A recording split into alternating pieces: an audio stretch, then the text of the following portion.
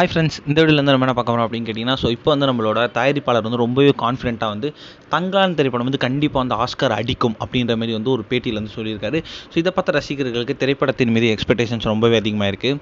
So இயக்குனர் பாரஞ்சித் இயக்கத்தில் நம்ம சியான் விக்ரம் நடிப்பில் உருவாகியிருக்க திரைப்படம் பேர் தான் தங்கலான். ஸோ இந்த திரைப்படத்தை ஸ்டூடியோ நிறுவனம் தான் தயாரிச்சிருக்காங்க. ஸோ இந்த திரைப்படத்தோட மியூசிக் டைரக்டர் நம்ம ஜிவி பிரகாஷ் தான்.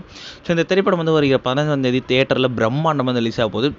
இந்த திரைப்படத்தில் நம்ம விக்ரம் கூட சேர்ந்தது ஒரு பார்வதி, மாளவிகா மோகன், பசுபதி, இந்த மாதிரி இந்த திரைப்படத்தில் நிறைய பேர் ரொம்பவே முக்கியமான கதாபாத்திரத்தில் நடிச்சிருக்காங்க.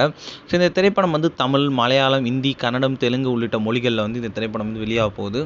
ஸோ கடந்த 5ஆம் தேதி இந்த திரைப்படத்தோட இசை வெளியீட்டில் ரொம்ப பிரம்மாண்டமாக நடந்துச்சு. ஸோ இந்த திரைப்படத்தோட ப்ரொமோஷனுக்காக படக்குழுவினர் இப்போ வேறு இடத்துக்கு சென்றுட்டு இந்த திரைப்படத்தோட ப்ரொமோஷனில் ஈடுபட்டுட்டு வந்துட்டுருக்காங்க. ஸோ இப்போ சமீபத்தில் ஒரு ப்ரொமோஷன் கோவையில் நடந்துச்சு. அப்போ படக்குழுவினர் செய்தியாளர்கள் சந்தித்தாங்க.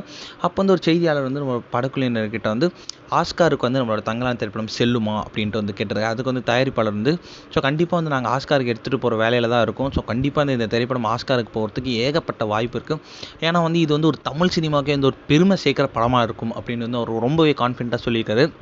இதனால் ரசிகர்கள் இந்த திரைப்படத்தை தியேட்டரில் பார்க்க செம்ம ஆர்வமாக இருக்காங்க.